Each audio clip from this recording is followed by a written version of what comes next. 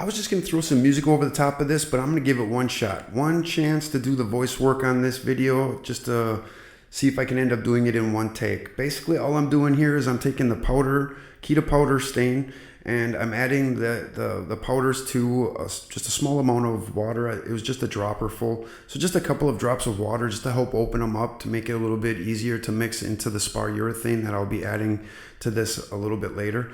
Now in this video, I also ended up spraying some of the aluminum foil just to kind of see what they look like on different surface other than wood.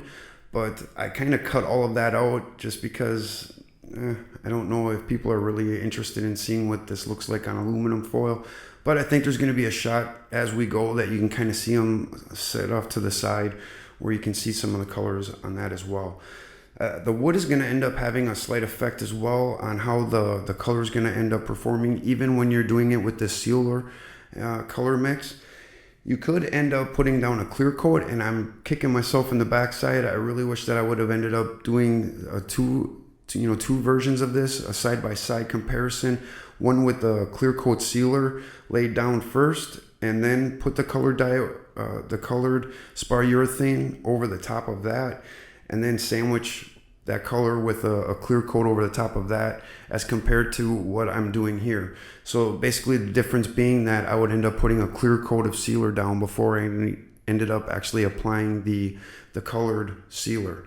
So it would kind of sandwich the color in between. I hope that makes sense, but maybe I'll do that in a future video. I'm planning on doing some fade work, just to try to see some different techniques, what it would look like with what I just described. I think that'd be a good addition to that video. But for the most part, you're going to use this for something like if it's just a one-shot deal that you want to have something done fairly quick. With the Spar Urethane, I probably wouldn't use Spar Urethane for like guitar work. Spar Urethane is good for UV protection, for having more flexibility in contraction and expansion, things like that. It's not a very good scratch resistant type of sealer, but it has a very good useful purpose for other things. Even after it cures, I've noticed that it's a little softer of a sealer, but it would be great for like coloring picture frames with this technique, outside of mirrors, anything that you kind of want to church up that's not going to have a lot of scratch resistance or protection, from any scuffs and scratches.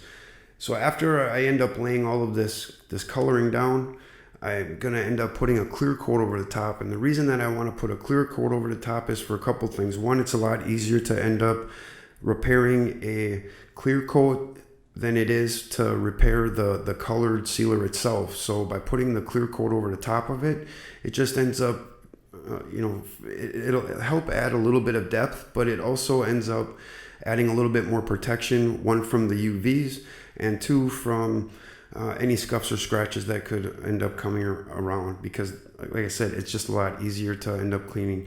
Here, that's where you can see that's what I'm doing. I'm just putting the clear coat on top. So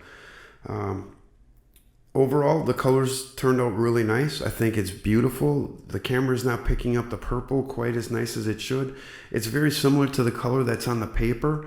I'm not sure why it's not, probably because I'm shoving it all the way up to the camera's face, but it's pretty similar to what you see on the paper and what I see in person. So that longer piece is a Douglas fir. This smaller piece here is just a piece of pine. And then that other board that's not been shown, oh yeah, I had to show the defect. Nobody probably noticed unless I pointed it out, but now I have to cover it in the voice work. And then this is a maple. That's a curly maple, so it's got the small curls and things in there. But anyways, I hope that this was a helpful video, and it's a good demonstration, and I hope that somebody benefits from it. Thanks you guys for watching. I really do appreciate it. Thanks so much. Did I really get that in one take? Holy smokes. Let's ring the bell.